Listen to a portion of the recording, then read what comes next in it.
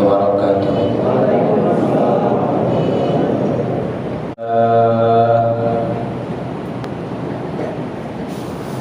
الحمد لله الذي هدانا لهذا وما كنا لنهتدي لولا أن هدانا الله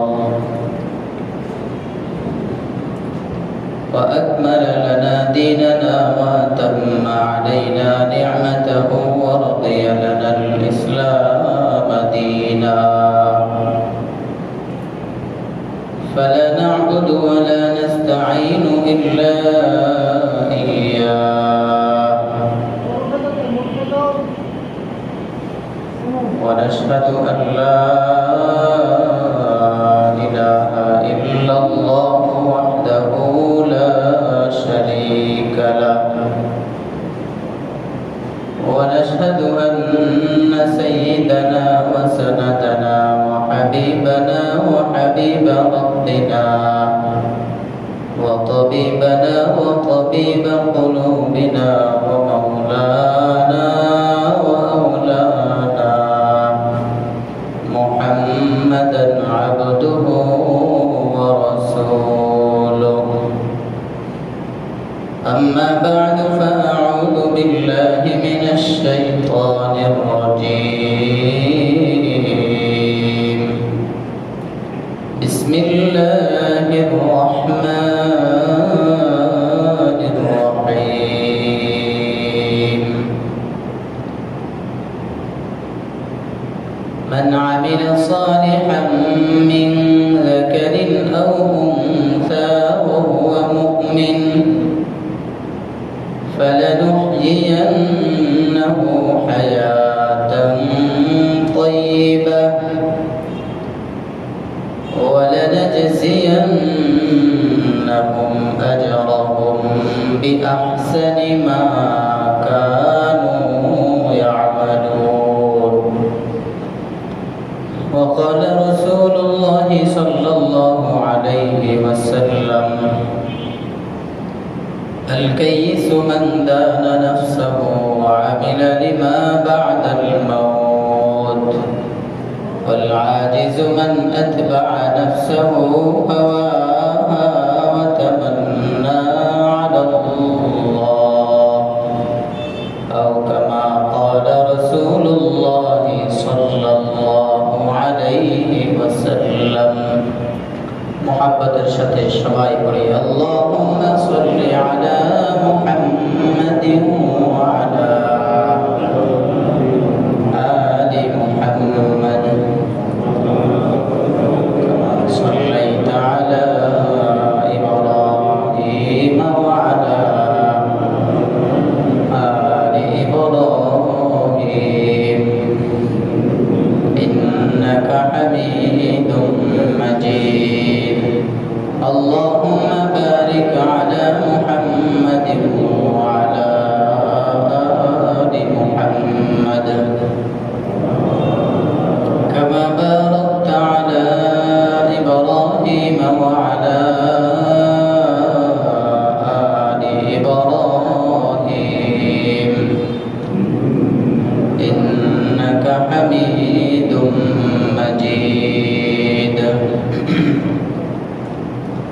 আলহামদুলিল্লাহ সুম্মা আলহামদুলিল্লাহ। মহান রব্বুল ইজ্জত ওয়াল জালালের দরবারে আলিশানে অসংখ্য অগণিত শুকর, যিনি আমাদেরকে তার ঘরে আসার বসার তৌফিক দিয়েছেন। শুকরিয়া তার পড়ি আলহামদুলিল্লাহ।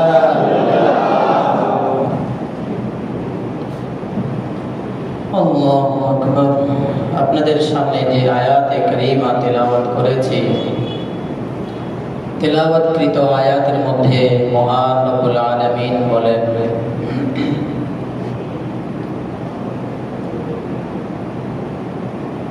যে ব্যক্তি ঈমানের সাথে নেক আমল করবে আমি আল্লাহ তাকে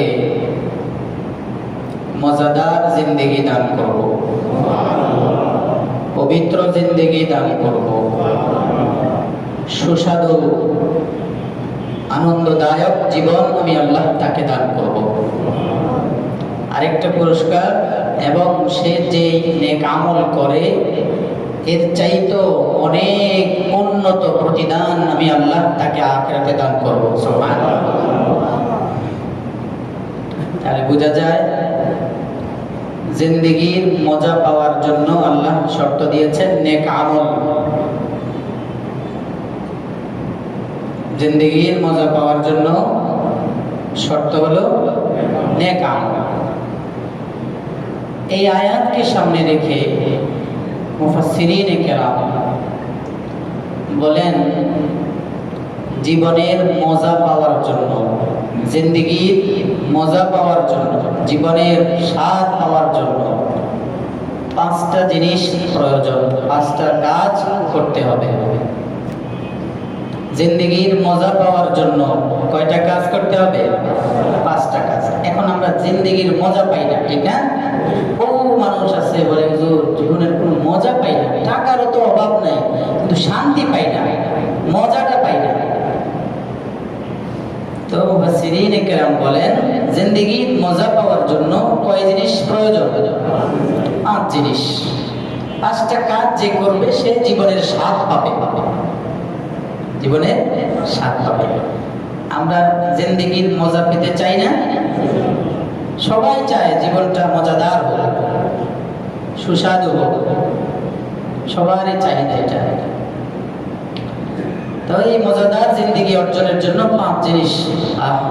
মজার জিন্দেগি কি জিনিস, এটা যদি দুনিয়ার রাজা বাদশারা এটার অনুভব করতে পারত তো উম্মতের উলামায়ে কেরামের, উম্মতের বুজুর্গানে দ্বীনের অন্যতম একজন বুজুর্গ ছিলেন শেখ সুফিয়ান সাওরী রাহিমাহুল্লাহ তাআলা। শেখ সুফিয়ান সাওরী রাহিমাহুল্লাহ তাআলা বলেন উম্মতের আহলে হক উলামায়ে কেরাম জিন্দেগির যে মজা অনুভব করে এই মজাটা যদি দুনিয়ার রাজা বাদশারা পাইত, দুনিয়ার অর্থ সম্পদ টাকাওয়ালারা, দুনিয়াদাররা অনুভব, যেটা আহলে হক উলামায়ে কেরাম যেই জিন্দেগির যে মজা অনুভব করে, এটা যদি এই খবর যদি দুনিয়াদাররা পাইতো, দুনিয়ার রাজা বাদশারা পেত, তাহলে এই মজা অর্জনের জন্য তাদের বিরুদ্ধে যুদ্ধের ঘোষণা করত। এখন যেমন ক্ষমতা অর্জনের জন্য একজন আরেকজনের পিছনে লাইগা মাইরা ঝগড়া করে যেমনি হোক ক্ষমতা আমার, এটা অর্জনের জন্য যা করার করি।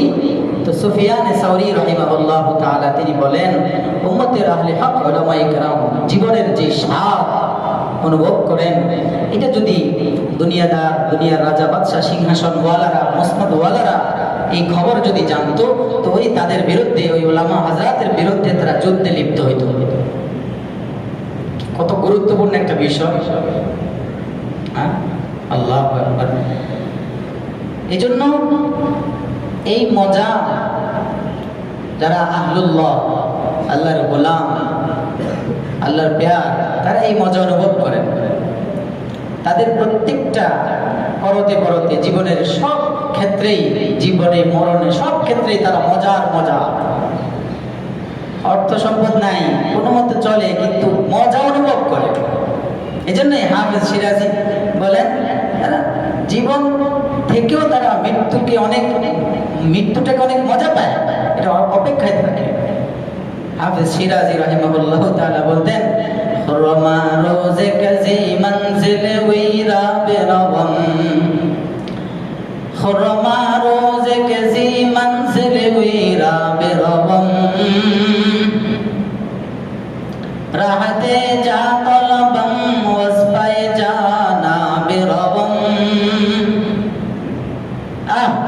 नजर करदम के गरायत बसर जी गमे रोजे, नजर करदम के गरायत बसर जी गमे रोजे, तादर मई का दशा दाओ गजल खाबे रवम, तादर मई का दशा दाओ गजल खाबे रवम। আল্লাহর আরিফরা তাদের জীবনের সর্বক্ষেত্রে তারা মজা অনুভব করতেন। জীবন মরণ তাদের সব কিছুই মজার মজা। তারা ইবাদতেও মজা পায়, চলতে ফিরতে উঠতে বসতে সব ক্ষেত্রেই মজা অনুভব করে। টাকা নাই, জামাটা ছিঁড়া, কোনো মতে একটা জামা পরে কিন্তু ভিতরে একটা মজা কাজ করে। এটা অর্জন হয়ে গেলে টাকা পয়সা এগুলো কিছুই মনে হয় না।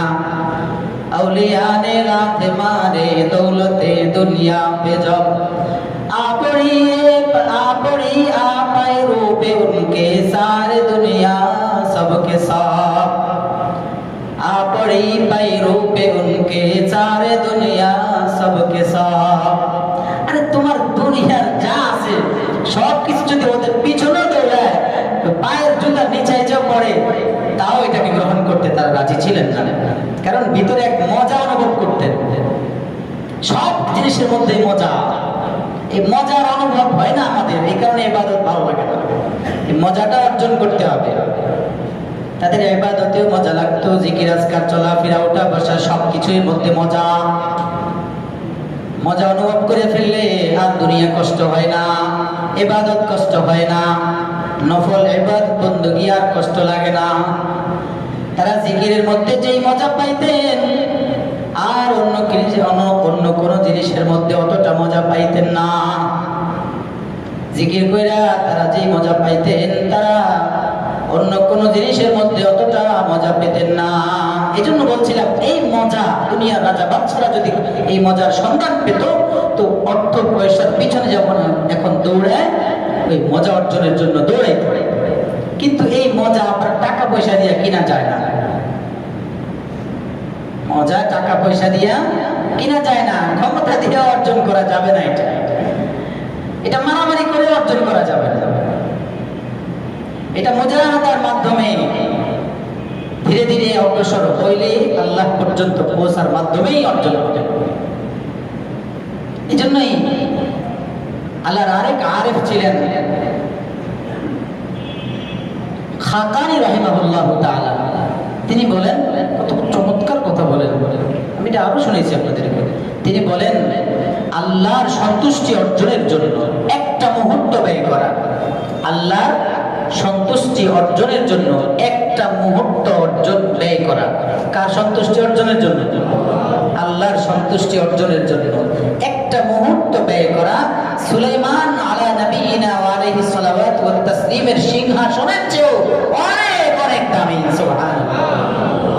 বসাসি সালে ঈমানা মুহাক্কাক শুদ খাতানি বসাসি সালে ঈমানা মুহাক্কাক শুদ খাতানি বসাসি সালে ঈমানা মুহাক্কাক শুদ খাতানি কে একদম বা খুদা বুদন বাজ মুলকে সুলাইমানি।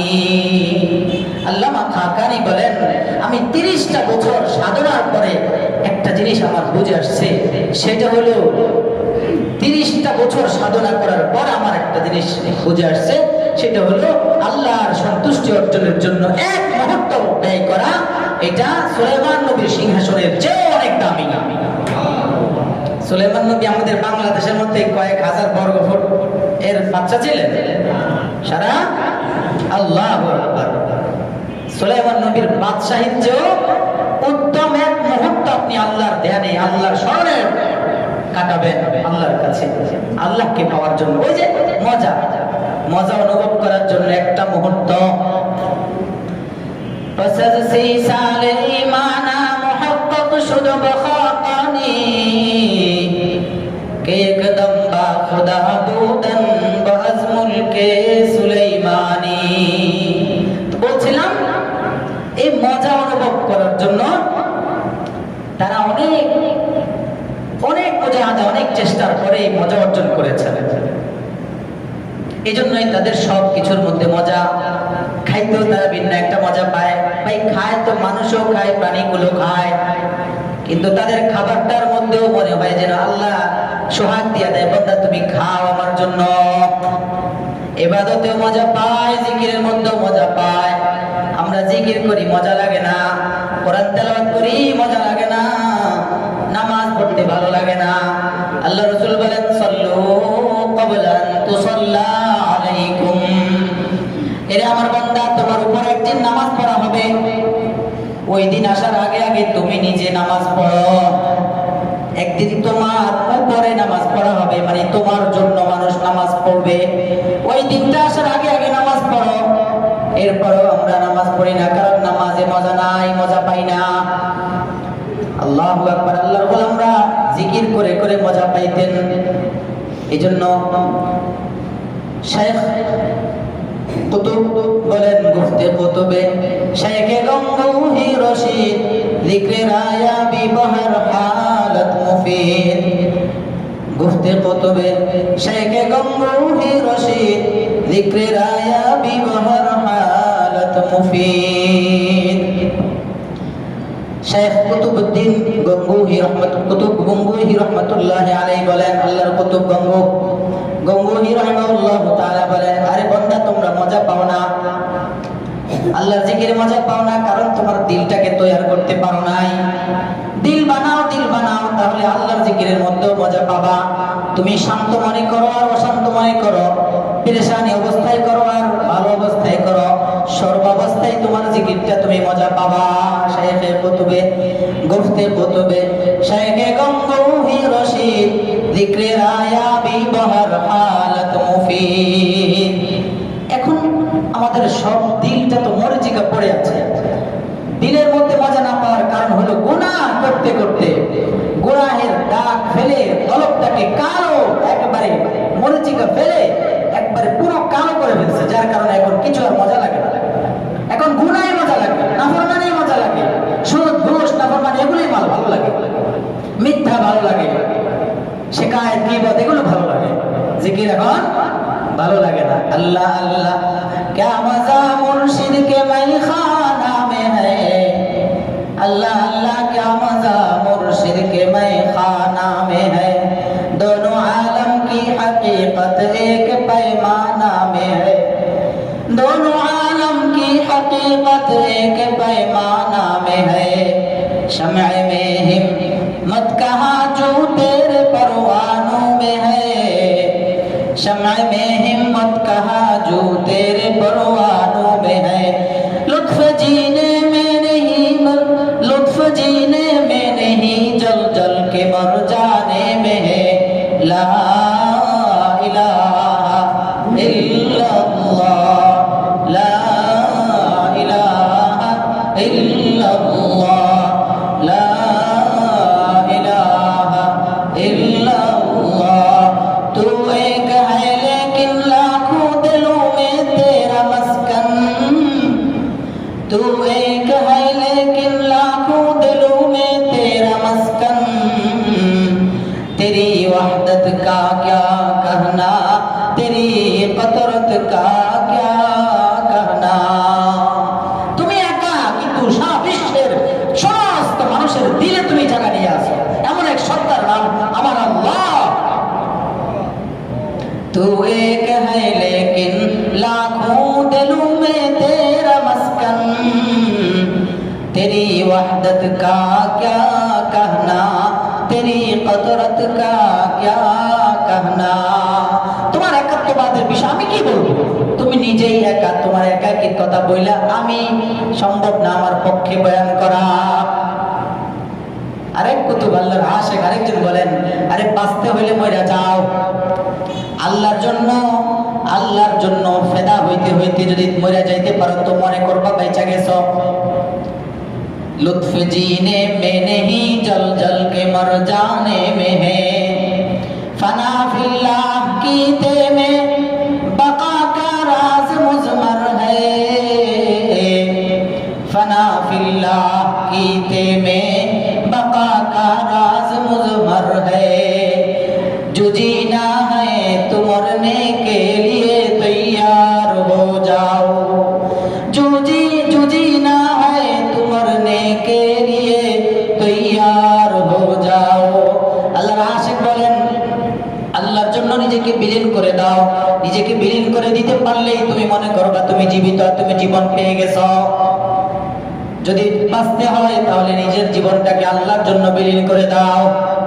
তো বলছিলাম কোথেকে কই গেলাম, বলছিলাম মজাদার জীবন, জিন্দেগীর মজা পাওয়ার জন্য কয়েকটা কাজ, 5টা কাজের কথা বলেছি।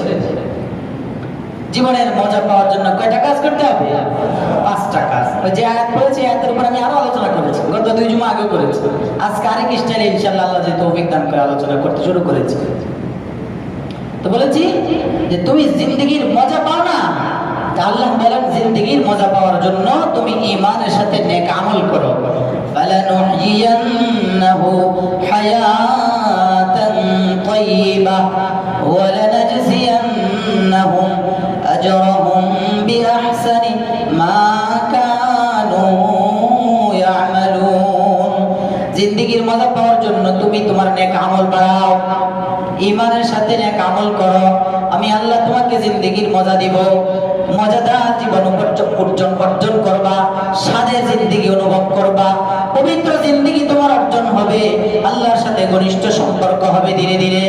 যদি হয় 2 নম্বর পুরস্কার, আল্লাহ বলেন পরকালে গেলে আমি আল্লাহ তুমি যা আমল করে আসছো এর চেয়েও অনেক গুণ উন্নত প্রতিদান তোমাকে দিব। জিন্দেগির মজা পাওয়ার জন্য 1 নম্বর যে কাজটা, সেটা হলো ইলম অনুযায়ী আমল। ইলম অনুযায়ী আমল। ইলম অনুযায়ী আমল বললেই বলবো এটা তো হুজুরদের কাছে, হুজুররা ইলম, আমার কাছে কি ইলম আছে নাকি? ইলম মানে এটা পারিভাষিক অর্থে না চাই,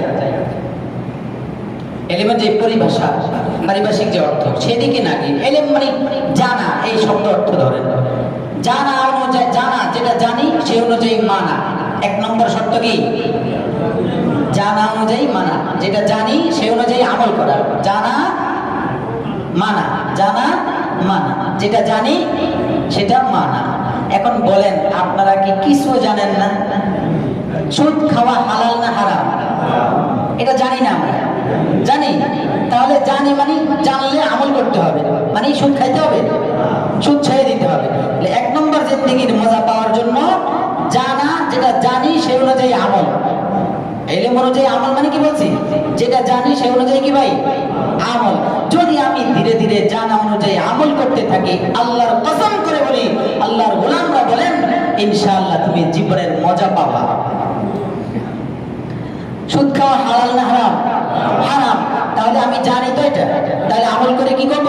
সুদ আর খাবো না। আলহামদুলিল্লাহ এমন আলোচনা পিছনে হয়েছে, অনেক ভাই এসে বলছেন, অনেক মুরব্বী বাবারাও বলেছেন হুজুর আপনার এই আলোচনার পরে আলহামদুলিল্লাহ সুদ ছাইয়া দিছি।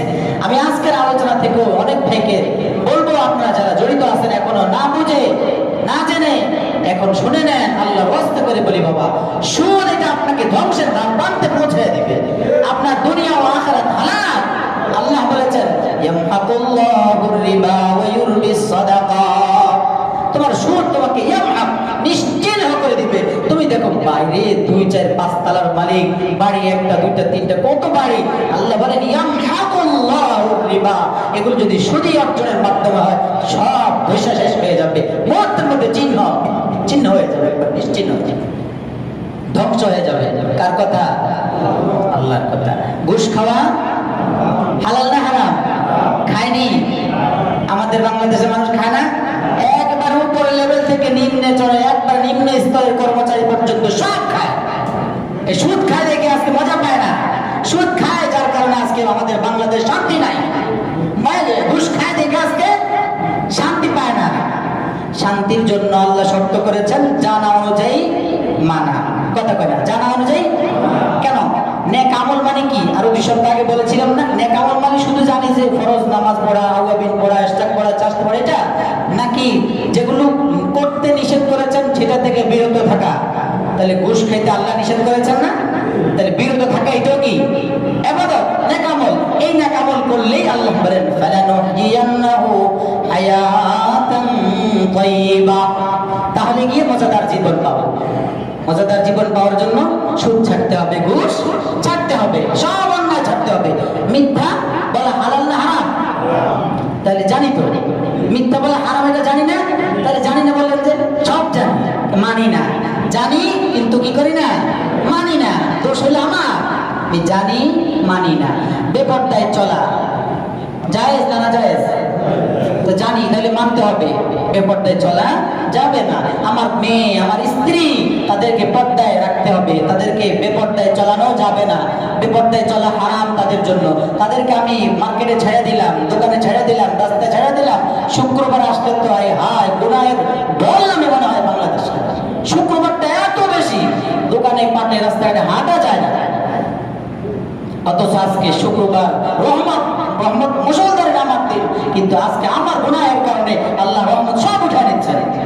করোনা আসবে না কেন? করোনা তো তুমি আমি আনতেছি। যাহারাল ফাসাদু ফিল বাররি ওয়াল বাহরি বিমা কাসাবাত আইদিন নাস। আল্লাহ বলেন তুমি তোমার নিজের নাফরমানের কারণে এই জগৎস্থলে যত তোমার গুনাহ করে, এই গুনাহের কারণে আযাব পাঠাচ্ছি আমি। আল্লাহর কথা, আমার কথা না। তাহলে জানি যেটা সে অনুযায়ী আমল হয় না। শিকায়ত করা, গীবত করা, আরেকজনের গীবত করা, পরনিন্দা করা, হ্যাঁ, একজনের দোষ আরেকজনের কাছে গিয়ে বলা জায়েজ করি। আমরা জানি তো এটা জায়েজ নাই, যেটা জানি মাশাআল্লাহ, কিন্তু আমল হয় না। আমরা একজনের আরেকজনের কাছে গিয়ে বলি। নজর হেফাজত করা, এটা জানি না, নজর হেফাজত করতে হবে, এটা জানি তো। তাহলে জানা অনুযায়ী মানা কি করতে হবে? নজর হেফাজত করতে হবে। বেগানা নারীর দিকে তাকানো যাবে না। পুরুষের দিকে, পুরুষের সাথে সম্পর্ক রাখতে পারবে না মেয়েরা। এই জন্য ভাই সব জানি, দোষ সমস্যা হইলে আমি মানি না। এই মানি না বিদায় আমার শান্তি নাই। আমি দেখি আমি অনেক টাকা পয়সার মালিক, অনেক কিছু আমার, কিন্তু ভিতরটা খবর নিয়ে দেখেন বাইরে শান্তি নাই রে, শান্তি নাই। কেন? জানা অনুযায়ী মানা না। তো বলছিলাম মিথ্যা বলা হারাম। মিথ্যা বলা কি হারাম? আমি এই বিষয়টাই আলোচনা করবো। সব তো বলছি, অনেক একদিন এক এক বিষয় বলি। মিথ্যা বলা কি হারাম, কিন্তু আমরা বলিনি মিথ্যা কথা। হায় হায়, আজকে আমাদের সমাজের অবস্থা হলো কি হুজুর, কি মজুর, কি ইমাম, কি মুসল্লি, কি হাজি, কি গাজী, সব মিথ্যা আছে ভাই। ইল্লা মাশাআল্লাহ আল্লাহর গোলামরা আছে দুই একজন যারা মিথ্যা বলেন না। তাদের কারণে আমরা খাচ্ছি এখনো, তাদের কারণে এখনো আসমানটা ফেটে পড়ছে না। আছে যারা মিথ্যা আশ্রয় নেন না, মিথ্যা বলেন না, কিন্তু আমাদের অধিকাংশের হালত হলো মিথ্যা। মিথ্যা মিথ্যা এমন দুর্গন্ধ, মিথ্যা একটা মিথ্যা কথা বলা জাহান্নাম, এমন একটা বিরাট কবিরা গুনাহ যে এই একটা মিথ্যা কথার কারণেই জাহান্নামে যাওয়ার জন্য যথেষ্ট। আপনার জীবনে আপনি একটা মিথ্যা কথা বলেছেন, তওবা করেন নাই, খালেস তওবার যে 6 শর্ত অনুযায়ী তওবা করেন নাই, এই এক মিথ্যা কথা আপনাকে জাহান্নামে নিয়ে পৌঁছায় দেবে। মিথ্যার দুর্গন্ধ এমন, যখন মিথ্যা বলে ফেরেশতা তার থেকে 3 মাইল দূরে চলে যায়। 3 মাইল না জানি 1 মাইলের কথা রেওয়ায়াত আসছে। এত দুর্গন্ধ এই মিথ্যা। হায় হায়, আমাদের অবস্থা পূর্বকার আল্লাহর গোলামদের অবস্থা কি ছিল? হাজ্জাজ ইবনে ইউসুফ অনেক বড় জালেম বাদশা ছিল। জালেম শাসকদের অন্যতম একটা হলো হাজ্জাজ ইবনে ইউসুফ। এই হাজ্জাজ ইবনে ইউসুফ সে রাজনৈতিক প্রতিহিংসার কারণে এক বাবার 2 ছেলেকে হত্যা করবে। এক বাবার 2 ছেলেকে হত্যা করবে। এখন ওই 2 ছেলেকে খুঁজে পায় না। ওই ছেলেকে 2 ছেলে খুঁজে পায় না। পাবে কিভাবে? খুঁজতেছে পাওয়ার সন্ধান পায় না। পরে নিজের উপদেষ্টা যে তাকে জিজ্ঞেস করছে, অমুক ব্যক্তির 2টা ছেলে, তাদের কিভাবে ধরা যাবে, কোথায় আছে, তাদের সন্ধান দিতে পারবা? তো উপদেষ্টা যে হাজ্জাজ ইবনে ইউসুফের উপদেষ্টা, সে নিজেই বলছে যে বাদশা মহারাজ, এদেরকে ধরার জন্য আর কাউকে জিজ্ঞাসা করতে হবে না, এদের বাবাকেই জিজ্ঞেস করলে সে বলে দিবে। কি ভাই, কেমন কথা? ছেলেদেরকে ফাঁসি দিবে, ছেলেদেরকে হত্যা করবে, বাবার কাছে জিজ্ঞেস করলে বলে বাবা বলে দিবে। হাজ্জাজ ইবনে ইউসুফ চমকে বলে কেমন কথা, তার বাবাকে জিজ্ঞেস করলে সে বলে দিবে? হাজ্জাজ ইবনে ইউসুফ ওই উপদেষ্টাকে বলছে তার বাবাকে জিজ্ঞেস করলে বলে দিবে। বলে হ্যাঁ। বলতো কেন? বলে আমি জানি তার বাবা এমন একজন মানুষ যিনি ইলম অনুযায়ী আমল করে। এটা তার পক্ষে যাক আর বিপক্ষে যাক, তিনি অন্যায়ের আশ্রয় নেন না, তিনি মিথ্যা আশ্রয় নেন না, তিনি মিথ্যা বলেন না, তিনি ইলম যেটা জানেন ওই জগৎ অনুযায়ী আমল করেন। ঠিকই তার বাবাকে হাজ্জাজ ইবনে ইউসুফ জিজ্ঞেস করার পরে বলল, এই যে মাত্র দেখে আসলাম বাসায় বসে খাইতেছে, বা যে কোনো কথা বলছে যে বাসায় আসেন কাজ করতেছে। ঠিকই হাজ্জাজ ইবনে ইউসুফ ইউসুফ তিনি পাঠাইছে, পুলিশ পাঠাইছে ধরে আনার জন্য। পুলিশ গিয়ে দেখে সত্যি তারা দুইজন এখনো ঘরে আছে, খাচ্ছে। আল্লাহু আকবার! কি তাদের জীবন! জানে তার ছেলে এখন হাজ্জাজ ইবনে ইউসুফ এত বড় জালেম বাচ্চা, জানে সবকিছু, তাকে হত্যা করবে তার ছেলেকে, এরপরেও বলে দিছে। পুলিশ যখন আইনে তার সামনে উপস্থিত করছে, হাজ্জাজ ইবনে ইউসুফ এবার তো বিস্মিত, আশ্চর্য, ভাই কি কেমন বাবা, সে জানে আমি তাদেরকে হত্যা করব, এরপরেও সে তার দুই ছেলের সন্ধান দিয়ে দিল। তখন হাজ্জাজ ইবনে ইউসুফ বলল, যাও, আমি তোমাদেরকে বেকসুর খালাস করে দিলাম, তোমাদেরকে মাফ করে দিলাম, তোমাদেরকে আমি হত্যা করব না, তোমাদেরকে আমি আর হত্যা করব না। কারণ যেই বাবা তার সন্তানদের ব্যাপারে জানে আমার সন্তান এখন নিহত, ফাঁসি দিবে, তাদেরকে কেটে ফেলবে, জানার পরেও যেই বাবা সত্য বলতে পারে, সেই বাবার সন্তানকে আমি মারতে পারি না। সত্য মুক্তি দেয়, মিথ্যা হালাক করে দেয়। বাবা সত্যের আশ্রয় নিয়েছেন, যার কারণে সন্তানরা মুক্তি পায়। এ ভাই, আমাদের কি অবস্থা! আয় হায়! আরেকজন আল্লাহ আরেকটা ঘটনা এই মিথ্যার বিষয়ে বলি। এক যুবক, সে দূর এলাকা থেকে ভিন্ন এক এলাকায় কাজের জন্য গেছে। কাজ শেষে একদিন বন্ধের দিন পাখি শিকার করার জন্য, আমাদের বুজুর্গদের কিতাবগুলোর মধ্যে ঘটনাগুলো পাওয়া যায়, কাজ করার জন্য গেছে দূরে, নিজের এলাকা থেকে বহু দূর। কাজ শেষে শিকার একদিন ছুটি পাইছে, শিকার করার জন্য জঙ্গলে গেছে। শিকার করার জন্য জঙ্গলে যাওয়ার পর যখন শিকারের দিকে মারতেছিল, শিকার ব্যক্তি যখন পাখির দিকে গুলি ছড়লো, তো গুলি গিয়ে পাখিতে না লেগে ওখানে একটা ছোট শিশু ছিল, খ্রিস্টান শিশু, গিয়ে পড়ছে গায়ে, খ্রিস্টান শিশুর গায়ে, সাথে সাথে পড়ে গেছে, মরে যাইতেছে। ওই ছেলে যে শিকার করতে গেছে, দৌড়ে গেছে ওই শিশুকে উঠানোর জন্য, এর মধ্যেই ওই শিশুর আত্মীয় স্বজন সবাই চলে আসছে। সে গেছে উঠানোর জন্য, মারছে কিন্তু পাখিকে, গিয়ে পড়ছে শিশুর গায়ে, মরে গেছে বা মরে যাচ্ছিল। এমন সময় সবাই যখন সে উঠাইতে গেছে, এর মধ্যেই তার আত্মীয় স্বজন সবাই এসে ভিড়, তাকে ধরে ফেলছে। সে বারবার বলতেছে, আমি মারি নাই, আমি মারি নাই, আমি পাখির দিকে মেরেছি, কিন্তু এটা ভুলে এসে পড়ছে এখানে। কেউ স্বীকার করে না, মানে না, তাকে বিশ্বাস করে না। সর্বশেষ মামলা করলো কোর্টে।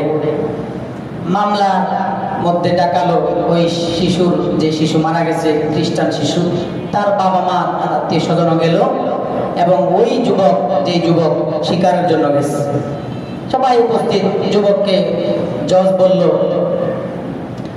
তুমি হয়তো তাদের থেকে মাপ বিশ্বাস করে নিবে, তাদেরকে যে তুমি পাখিকে মারতে গেছো, এদিকে ভুলে পড়ছে, এটা তাদেরকে বিশ্বাস করাবা, না হলে তোমার ফাঁসি হবে। যুবক যতই চেষ্টা করলো, কোনোভাবেই তাদেরকে বিশ্বাস করাইতে পারতেছিল না।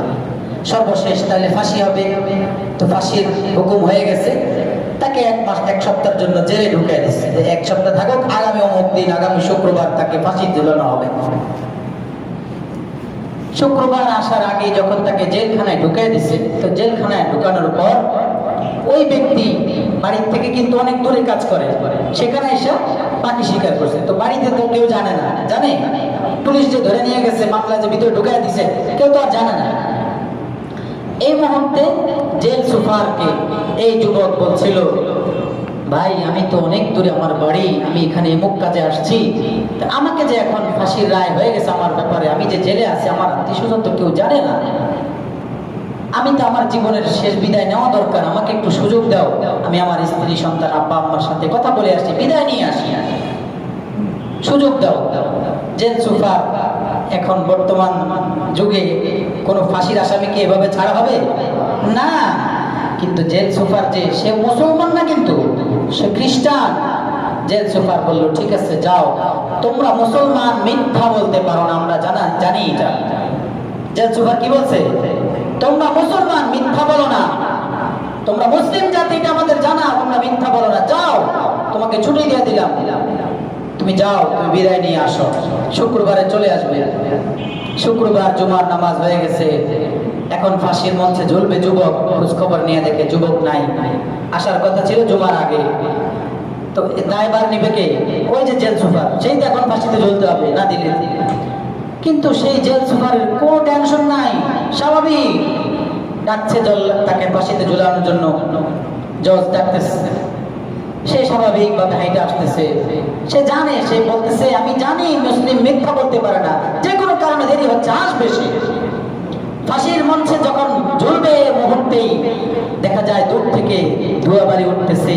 একজন বলছে একটু অপেক্ষা করো, একটু দাঁড়াও, আমাকে সুযোগ দাও, আমি আসতেছি। আমাদের ঐতিহ্য ছিল এটা, আমাদের মুসলমানদের কে অমুসলিমরা পর্যন্ত জানতো আমরা মিথ্যা বলতে পারি না। কিন্তু আজকে আমাদের অবস্থা কোথায়? আয়েশা যখন একটু পরে যখন সামনে উপস্থিত হলো, তখন প্রথমেই গিয়ে ওই জেল সুপারের কাছে মাফ চাইলো, ভাই আমাকে মাফ করে দেন, কথা ছিল জোহরের আগে আসবো, জুমার আগে আসবো, আসতে পারি নাই, মাঝখানে নৌকা ছিল, নদী পথ হওয়ার কারণে, নৌকা না পাওয়ার কারণে আমার দেরি হয়ে গেছে, আমাকে ক্ষমা করে দেন। এই অবস্থা যখন দেখছে, তখন ওই যে বাচ্চা, খ্রিস্টান বাচ্চা, এর আত্মীয় স্বজন, বাচ্চা তো মারাই গেছে, বাচ্চার আত্মীয় স্বজন দেখলো, হায় যে লোকটাকে এত সুযোগ দেওয়া হলো, ফাঁসির আসামি, তার ঘর বাড়ি আমরা কেউ জানি না, চিনি না, সে তো ইচ্ছা করলে বাঁচতে বেঁচে যেতে পারতো, ধরার কোনো সুযোগ ছিল না, কিন্তু সে সেখান থেকে চলে আসলো ফাঁসিতে ঝোলার জন্য। সেখান থেকে সে সুযোগ হাতছাড়া করে চলে আসলো। যাও, আমরা আর দেরি করতে চাই না। ইসলাম এই মুহূর্ত যাকে সত্য বলতে শেখায়, সেই ইসলাম ছায়া করে এসা আমরাও মুসলমান হয়ে গেলাম। সুবহানাল্লাহ। মুসলমান মিথ্যা বলতে পারে না, মুসলমান মিথ্যা বলতে পারে না। এজন্য ভাই, আমাদের ঐতিহ্য আমরা ভুলে গেছি, এটা আমাদের ঐতিহ্য। অমুসলিমরা পর্যন্ত স্বীকার করত, অমুসলিমদের জানা ছিল। আয় আল্লাহ, মেরি জিंदगी की मकसद तेरी मेरी जिंदगी की मकसद तेरी दीन की सरफराजी। मेरी जिंदगी की मकसद तेरे दीन की सरफराजी। मैं इसीलिए मुसलमान, मैं इसीलिए नमाजी। আমার জীবনের মাকসাদ তো আল্লাহ, তোমার দ্বীনকে উন্নত করা। কাজ দিয়ে উন্নত করছে কিনা? এই লোকটা সত্য বলে আল্লাহর দ্বীনকে উন্নত করে নাই, যার কারণে তারা মুসলমান হয়ে গেছে। এজন্য আশিক বলেন, মেরি জিंदगी की मकसद तेरे दीन की सरफराजी। मैं इसीलिए मुसलमान, मैं इसीलिए नमाजी। ভারতের কান্দালে একজন বুজুর্গ ছিলেন, মুফতি এলাহি বখশ কান্দলভি রহমতুল্লাহ আলাইহি।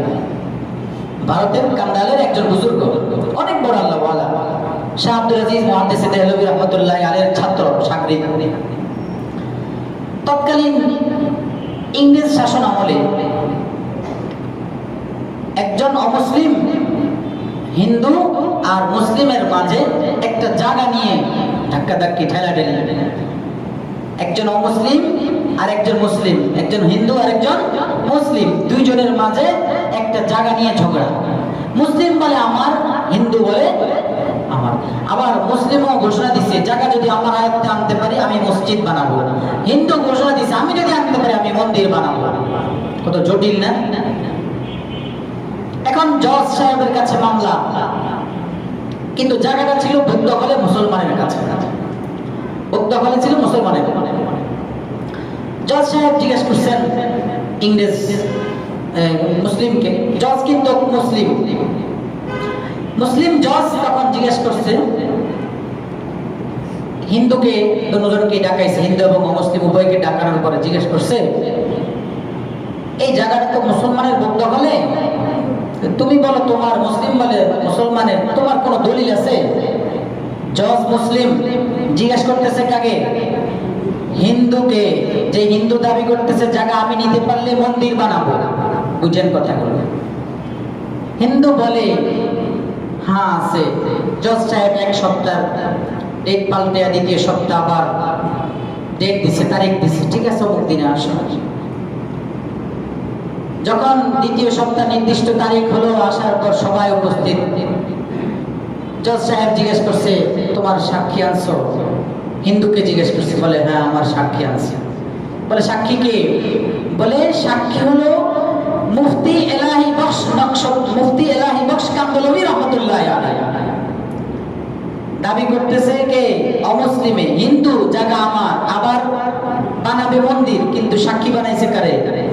একজন মুসলমান নয়, শুধু মুসলিম গুরু উলামায়ে হাক্কানীদের বড়দের অন্যতম একজন মুফতি এলাহি বখশ কান্দলভি রহমতুল্লাহ আলাইহি সাক্ষী বানাইছে মুসলিম অমুসলিম মুসলিমকে।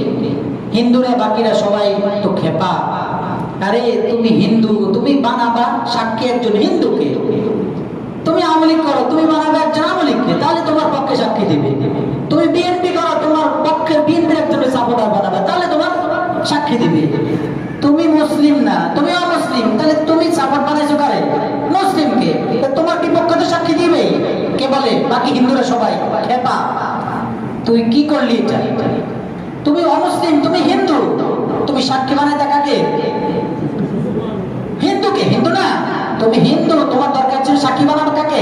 হিন্দুকে, তাহলে তোমার পক্ষে রায়ের আশা ছিল। তুমি বানাইছো কারে?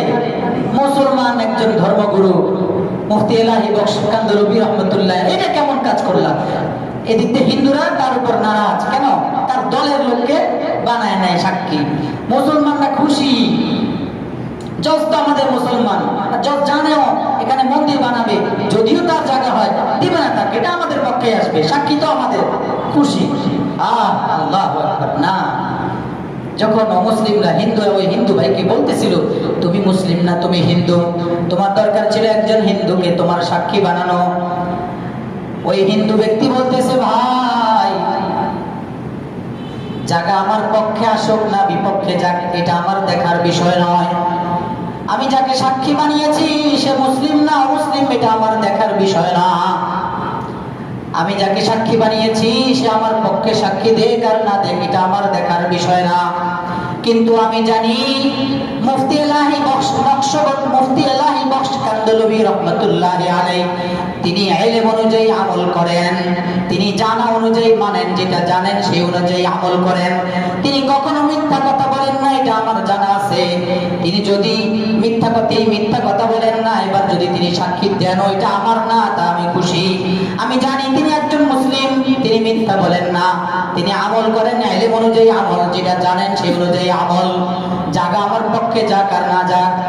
এই মুহূর্তেই মুফতি এলাহি বখশ কান্দলভি রহমতুল্লাহ আলাইহি জজকে ডাইকা বলতেছেন, জজ সাহেব আমি যতটুকু জানি আমার ইলম অনুযায়ী, যেহেতু আপনি আমাকে সাক্ষী হিসাবে ডেকেছেন, যেহেতু হিন্দু ভাই আমাকে সাক্ষী বানিয়েছে, আমার পক্ষে যাক আর বিপক্ষে যাক সেটা দেখার বিষয় না, আমাকে সত্যটা উদ্ঘাটন করতে হবে, সত্য কথাই বলতে হবে। আমি যতটুকু জানি এই জায়গা আমার মুসলিম ভাইয়ের নয়, এই জায়গাটা আমার এই অমুসলিম ভাইয়ের। আপনি আমি হলে কি করতাম? আমার আপনার ছেলে ফাঁসিতে ঝুলবে, আমার আপনার সন্তানের জায়গা চলে যাবে, আমি আপনি কার পক্ষে সাক্ষী দিতাম? ন্যায় অন্যায় খুঁজতাম না, ন্যায় অন্যায় খুঁজতাম না, সত্য মিথ্যা দেখতাম না, আমরা কার পক্ষে? নিজের পক্ষে চেষ্টা করতাম। যদিও ভিতরে জানি জায়গা এটা আমার না, যদিও ভিতরে খবর আছে আমি যেটা সাক্ষী দিচ্ছি এটা অন্যায়, তারপরেও আমি সাক্ষী দিব আমার সন্তানের পক্ষে, আমার দলের লোকের পক্ষে, আমার আত্মীয়র পক্ষে। এটাই আমাদের মুসলমানি না। हम मुसलमान है मगर हम में मुसलमानी नहीं, हम में ईमान है मगर हम मोमिने कामिल नहीं, हम में ईमान है मगर हम मुकद्दर से हम में ईमान है मगर हम मोमिने कामिल नहीं। আমরা মুসলমানই দাবি করি কিন্তু মুসলমান দাবি করি কিন্তু মুসলমানই আমাদের মধ্যে নাই। আমরা মুমিন কিন্তু কামিল মুমিন না, কামিল মুমিন কামিল ঈমান আমাদের মধ্যে অর্জন হয় নাই।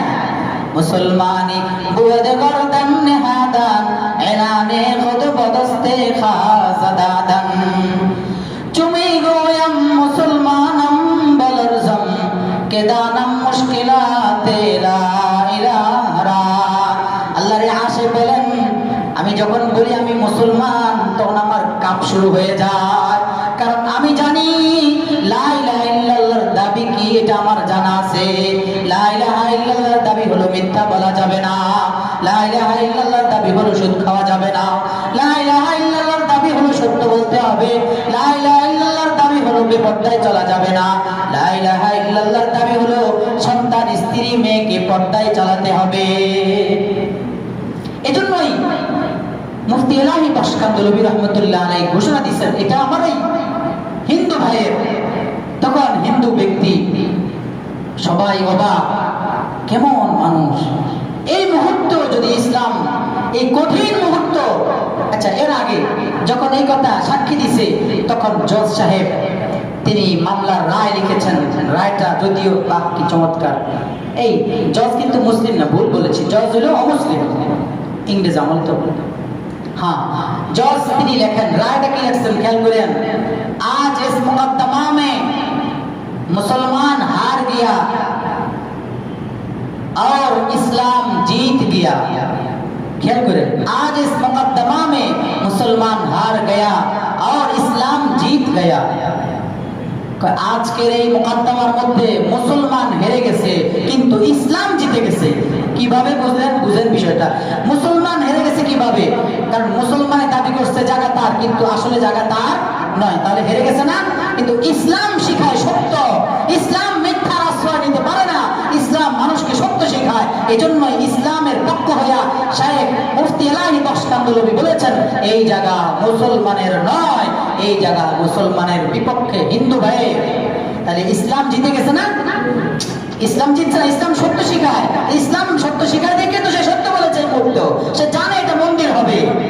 এই রায় যখন ঘোষণা দিয়েছে জজ সাহেব, তখন আল্লাহু আকবার, সমস্ত হিন্দু ভাইয়েরা একযোগে বলে উঠল, যে ইসলাম জিতে গেছে সেই জিতা ইসলামের থেকে আমরা আর এক সেকেন্ড দূরে থাকতে চাই না, আমরা সবাই কালিমা পড়ে মুসলমান হয়ে গেলাম। সুবহানাল্লাহ। আরেকটা ঘোষণা তারা দিয়েছে, আমরা বলেছিলাম মন্দির বানাবো, মন্দির নয়, আজকের এই জায়গায় মন্দির হবে না, এই জায়গায় মুসলমানদের কি হবে? মসজিদ হবে। সুবহানাল্লাহ। যাই হোক, বলছিলাম আমাদের জিন্দেগির শান্তি স্বাদ অর্জনের জন্য 5টা কাজ। একটা কাজের কথা বলেছিলাম, জানা অনুযায়ী কি করা? মানা। জানা অনুযায়ী আমল, যেটা জানি সেটা মানবো। আমি মেসাল দিয়ে যতটুকু পারছি বুঝাইছি। মূল কথা ছিল আমার মিথ্যা কথা বলবো না। 2 নম্বর হলো বড়দের অভিজ্ঞতা থেকে উপকৃত হওয়া। যারা অভিজ্ঞ, এই অভিজ্ঞ ব্যক্তিদের অভিজ্ঞতা থেকে উপকৃত হওয়া।